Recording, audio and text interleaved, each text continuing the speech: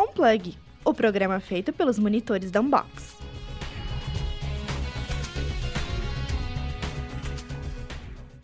Olá pessoal, muito bom encontrar vocês mais uma vez aqui na Plug Rádio USCS. Sejam todos muito bem-vindos e bem-vindas. Esta é a edição do Unplug desta sexta-feira, 5 de setembro de 2025. Eu sou a Laura Mosca. Eu sou o Leonardo Rodrigues. Fiquem ligados nas notícias da semana, esportes, giro USCS e muitas dicas culturais para poderem aproveitar o fim de semana. Centro de Valorização da Vida inicia mais uma campanha do Setembro Amarelo contra o suicídio, com o tema Conversas Podem Mudar Vidas. Você já sabe o que é o FUA? Todos os detalhes sobre o Festival da Ecria aqui no Giro USCS. A atleta mirim brasileira Rebeca Duarte, a Rebeca Bentivi, conquistou mais 2 medalhas no Jiu-Jitsu, em Las Vegas, nos Estados Unidos. No Em Pauta, tudo sobre a COP30 e como ela pode impactar de forma positiva a luta contra o clima extremo. Parque Piranguinha, em Santo André, recebe mais uma edição do Festival do Morango, que tem delícias da fruta, cerveja artesanal e muito rock. No quadro Só Coisa Boa, primeiro aluno com síndrome de Down se formou no curso de Educação Física na PUC Goiás. Fiquem com a gente, o Unplug está só começando. O jornaleiro não passou, mas viemos te salvar. Está no ar as notícias da semana. Programas de incentivos fiscais, batizados de Redata, a ser lançado pelo governo federal, tem como objetivo atrair grandes empresas de tecnologia a instalar data centers no país. A ideia é oferecer isenções de impostos federais como PIS, COFINS, IPI e tarifas de importação, desde que os projetos utilizem 100% de energia renovável. Os data centers são responsáveis por armazenar, processar e distribuir grandes volumes de informações digitais que sustentam serviços como as redes sociais, plataformas de streaming, comércios eletrônicos e aplicações em nuvens. Considerados a base da economia digital, esses centros de processamento exigem alto consumo de energia elétrica e robusta infraestrutura para resfriamento de hardware. Apesar do entusiasmo governamental, a chegada de grandes data centers ao Brasil pode gerar polêmicas. Especialistas alertam que, embora tragam investimentos e empregos qualificados, os data centers são péssimos para o meio ambiente. O CVV, Centro de Valorização da Vida, iniciou mais uma campanha do Setembro Amarelo. O objetivo é movimentar os brasileiros em relação à valorização da vida e à prevenção do suicídio. Neste ano, o 11º da campanha, o tema é Conversar Pode Mudar Vidas. No ano passado, o CVV recebeu cerca de 7 mil ligações por dia e um total de mais de 2 milhões e 400 contatos. O trabalho dos voluntários é conversar de forma respeitosa, com acolhimento, num clima empático, para que a pessoa possa falar de si, das suas dores, dos seus problemas, daquilo que está acontecendo com ela.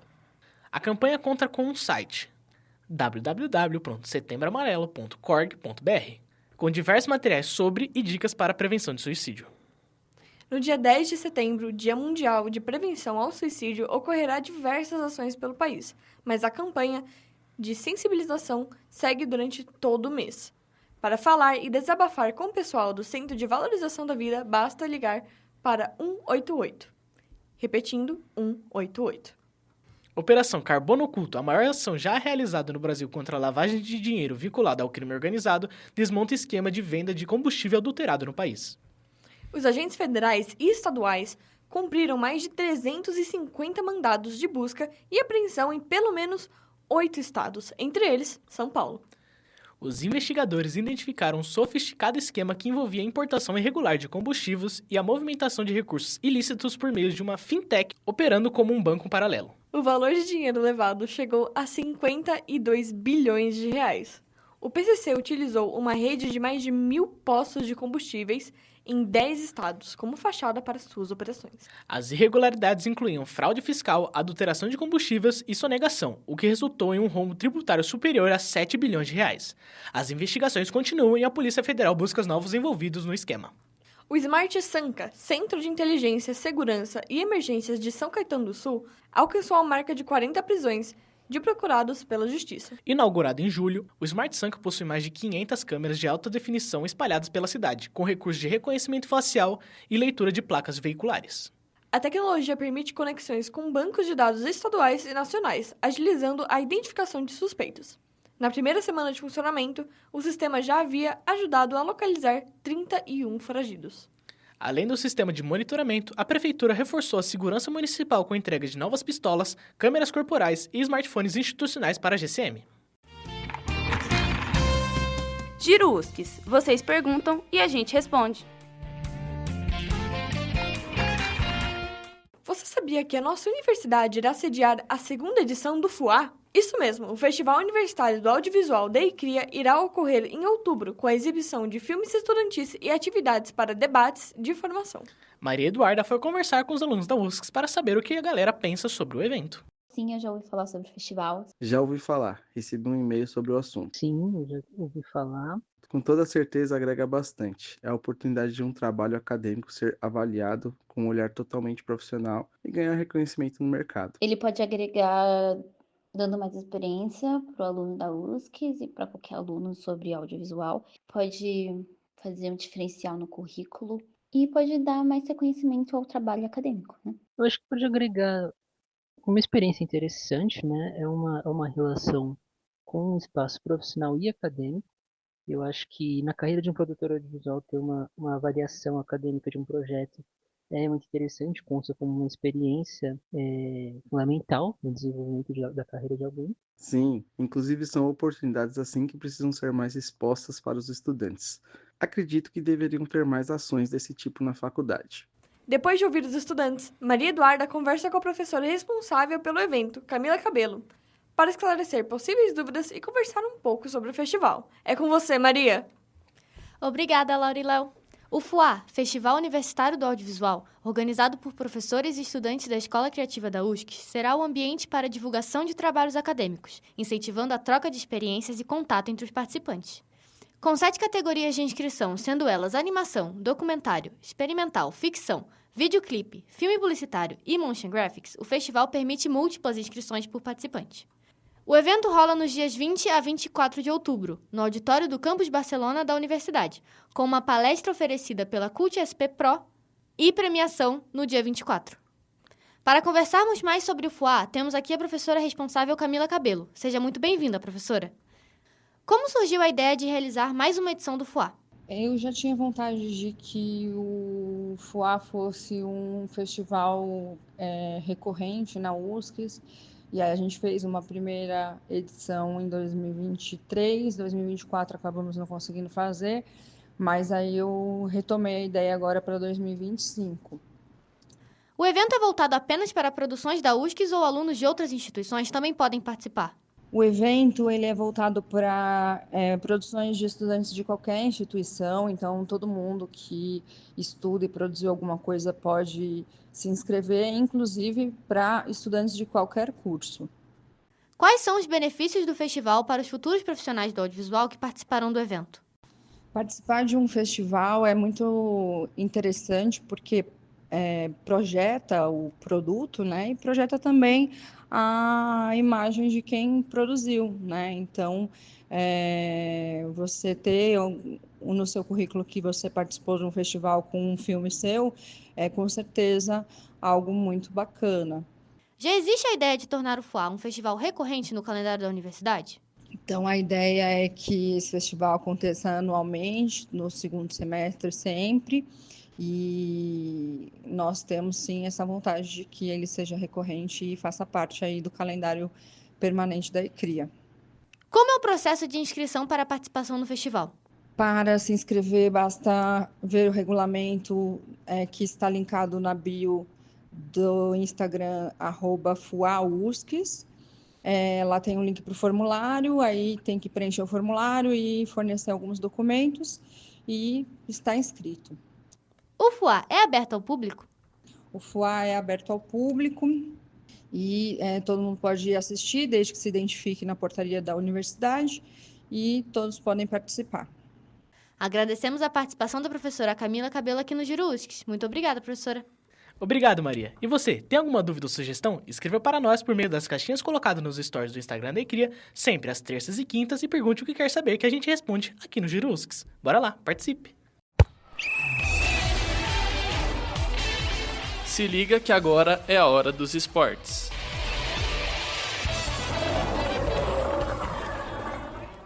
A boxeadora Imani Khalif apelou à Corte Arbitral do Esporte, o CAS, contra a decisão da World Boxing que exige da atleta um teste genético para a comprovação de gênero. A nova regra da entidade impede a argelina de participar do próximo Mundial da categoria, a ser disputado entre os dias 4 e 14 deste mês. Imani Khalif é campeã olímpica nos Jogos de Paris 2024. A atleta conquistou a medalha de ouro nas Olimpíadas de Paris 2024 em meio à turbulência internacional sobre ela e Lin Yuting, de Taiwan, outra medalhista de ouro. A Associação Internacional de Boxe, dominada pela Rússia, desclassificou ambas as lutadoras do Mundial de 2023, alegando que elas não passaram em testes de elegibilidade não especificados. Mas a IBA foi banida devido a décadas de irregularidades e controvérsias. Por isso, o Comitê Olímpico Internacional organizou os 2 últimos torneios olímpicos de boxe e aplicou as regras de elegibilidade de sexo usadas nas Olimpíadas anteriores. De acordo com esses padrões, Kiliff e Lin eram elegíveis para competir. Kiliff planeja defender a medalha de ouro no peso meio-médio nos Jogos de Los Angeles.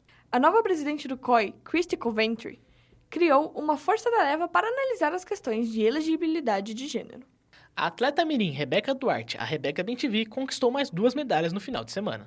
A garotinha garantiu o ouro e a prata ao participar do Jiu-Jitsu com Kids, com e sem kimono, em Las Vegas, nos Estados Unidos. Pela disputa com kimono, ela conquistou o ouro e na competição sem kimono ficou com a prata, tendo feito 3 lutas em cada uma das modalidades.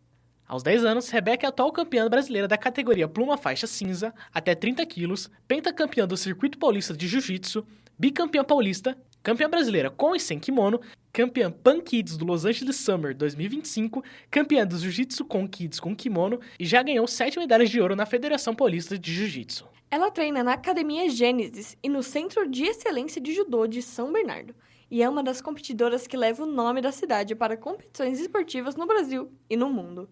Se o esporte de São Caetano vai muito bem, o paraatletismo da cidade vai no mesmo embalo das conquistas estaduais e nacionais. Neste último final de semana, São Caetano trouxe 4 medalhas de ouro para o município, na Copa do Brasil de Atletismo Down 2025, disputada em São Paulo. A competição contou com para-atletas de 5 estados e Distrito Federal. Mário Torres Filho, o Marinho, foi o para-atleta que trouxe mais medalhas para São Caetano. Ele venceu no salto em distância em 100, 200 e 400 metros rasos. O outro para-atleta de São Caetano na competição foi Guilherme Santos Fernandes, de 18 anos. Ambos treinam na pista municipal de atletismo Álvaro Girão Maia, no bairro São José. Marinho bateu o recorde brasileiro de 100 metros com um tempo de 13 segundos e 31 centésimos. E o recorde mundial é de 13 segundos e 27 centésimos. Ou seja, apenas a 4 centésimos de segundo do recorde mundial. Ele foi incrível! Em pauta, a nossa entrevista da semana. Cuidar da saúde do planeta é cuidar de nós mesmos. Mas, ao que parece, a humanidade não está cumprindo muito bem com este papel. As mudanças no clima mostram o estado delicado da Terra, a ponto de muitos especialistas acreditarem que parte dos danos já não pode ser revertida. Segundo o Banco Mundial, a degradação ambiental já atinge cerca de 90% da população mundial. Na Amazônia, o desmatamento gera um prejuízo estimado de 14 bilhões de dólares por ano.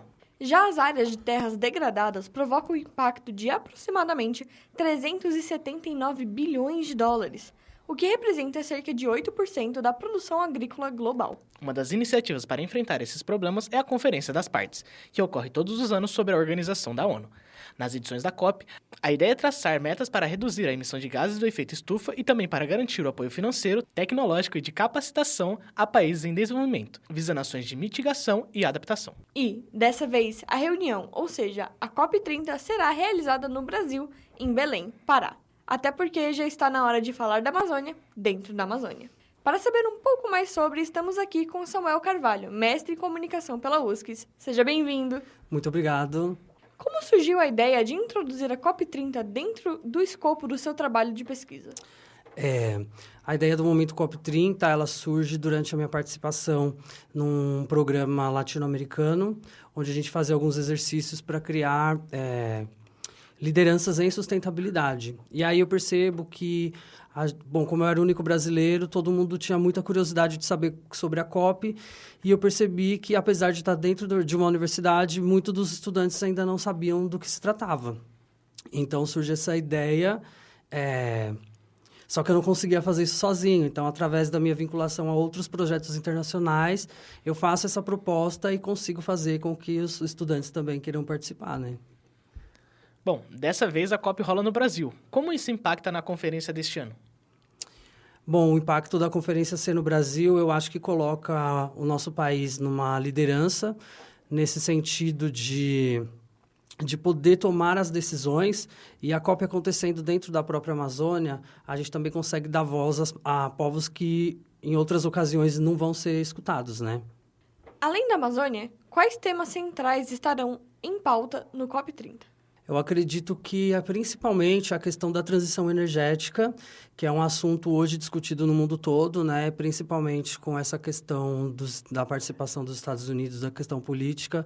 Eu acredito que a gente vai falar muito de bioeconomia e de tudo que esteja relacionado a essa questão da transição energética mesmo. Como as decisões tomadas em uma COP podem afetar diretamente o nosso dia a dia? Eu acredito que as decisões, quando tomadas na COP, elas vão afetar com as questões dos próprios financiamentos. A gente está falando muito dessa COP do Fundo da Floresta, que é quando os países que são desenvolvidos ajudam a financiar os países que têm condições para que eles tenham a condição de manter a floresta em pé. E eu acredito que as decisões tomadas numa COP, elas vão favorecer principalmente também a educação das pessoas. Então, quanto mais temas são debatidos na COP, por ela ser no Brasil, principalmente esse ano, eu acho que para a gente vai chegando longe, porque pelas questões de políticas públicas que podem vir a ser criadas, alterações de leis também. Então, eu acho que esse é o legado assim, que a gente fica da COP. E de que maneira a população em geral pode se engajar em ações relacionadas ao clima? Eu acho que é de uma das maneiras mais simples possíveis, que elas estão nos detalhes, que muitas vezes a gente acha que é um tema global e que só as empresas, que só as instituições maiores podem fazer isso. Na verdade, a gente precisa começar fazendo pela questão local, no nosso bairro, na nossa universidade, com questões que às vezes parecem detalhes, né? Uma coleta seletiva de lixo ou até mesmo informação. E eu acredito que o projeto Momento COP30 ele traz exatamente isso, de trazer, através de vídeos curtos, detalhes de informações para que as pessoas possam, pelo menos, passar a conhecer e se interessar mais pelo tema para poder ter ações mais concretas e mais efetivas, digamos assim, com maior impacto. Apesar da conferência ocorrer com regularidade, as nações não têm cumprido as metas estabelecidas por elas. Acredito que essa atitude pode mudar a partir de agora? Essa é uma resposta meio complexa, porque eu não acredito. Só que ao mesmo tempo que eu não acredito, eu acho que a gente ter a COP, ter como um guia, ela faz com que a gente... Porque, obviamente, as questões tratadas na COP e com os ODS, eles são utopias. A gente nunca vai conseguir chegar no 100%. Mas a gente ter uma base global para poder se guiar e seguir, e até mesmo criticar para poder transformar o que não está dando certo, eu acho que é mais do que não ter nada, entendeu? Então, assim, só por isso já vale a pena todo o rolê. É isso. Agradecemos ao Samuel Carvalho, mestre em comunicações pela USCS, pela participação aqui no Em Pauta. Muito obrigado. Muito Imagina, obrigada. Eu que agradeço pelo convite. Cultura. Se liga na dica. Ao longo deste mês, o SESC São Caetano promove atividades dedicadas à emancipação da mulher. O evento conta com cursos, palestras e rodas de conversas a fim de trazer reflexões sobre liberdade, autonomia e sustentabilidade. A programação começa nesse dia 10 e é totalmente gratuita. Entre os destaques da agenda está o Instituto Guatá e um bate-papo com as educadoras perinatais Natália Fernandes e Gabriela D'Amelio. Para mais informações e inscrições prévias nos cursos e exibições, acesse o portal Sesc SP. O Sesc São Caetano está localizado na Rua Piauí 554, no bairro Santa Paula. E por falar no Sesc, vale lembrar que o de Santo André recebe 2 espetáculos de palhaços Klaus nesse mês. Os espetáculos, voltados ao público adulto, exploram críticas sociais e humor ácido, escapando da palhaçada convencional. Entre os temas estão conflitos, ironias e contradições da vida contemporânea. A primeira apresentação rola na sexta-feira, dia 12, com o espetáculo Animo Festas. O encerramento, marcado para o dia 26, será com a apresentação Show de Variedades Lícitas. A classificação indicativa é de 16 anos e os ingressos custam entre R$15 e R$50. O Sesc Santo André fica na Rua Tamarutaca 302, na Vila Guilmar.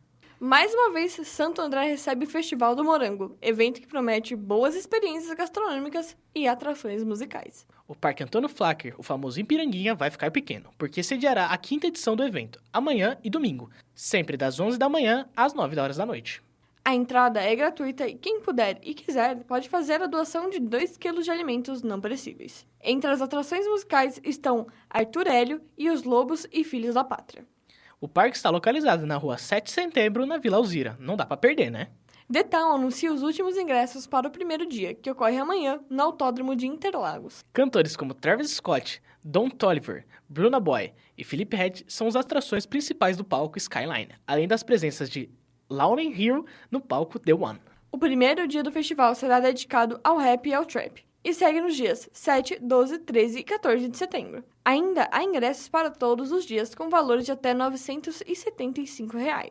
Já o domingo, segundo dia do evento, será dedicado ao rock. Não dá pra perder. E aí? Vamos falar de coisa boa?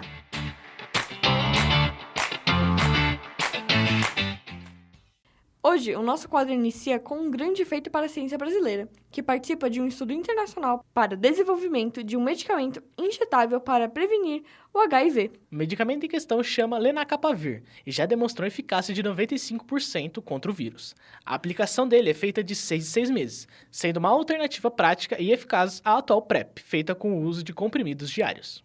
O Hospital Geral de Nova Iguaçu, no Rio de Janeiro, é um dos protagonistas dessa pesquisa, ao lado da Fiocruz, ambos reconhecidos pela experiência em grandes projetos científicos. O primeiro aluno com síndrome de Down se formou no curso de Educação Física na PUC Goiás. João Vitor de Paiva emocionou a todos ao comparecer na colação de grau, realizada no último dia 28. Na legenda do vídeo postado em suas redes sociais, ele não economizou gratidão à mãe. Abre aspas. Há 24 anos, minha mãe recebeu silêncio no lugar de parabéns. Eu nasci com a suspeita de síndrome de Down. Hoje, ela recebe abraços, mensagens e a certeza de que não estamos mais sozinhos. Fecha aspas. Que orgulho, hein?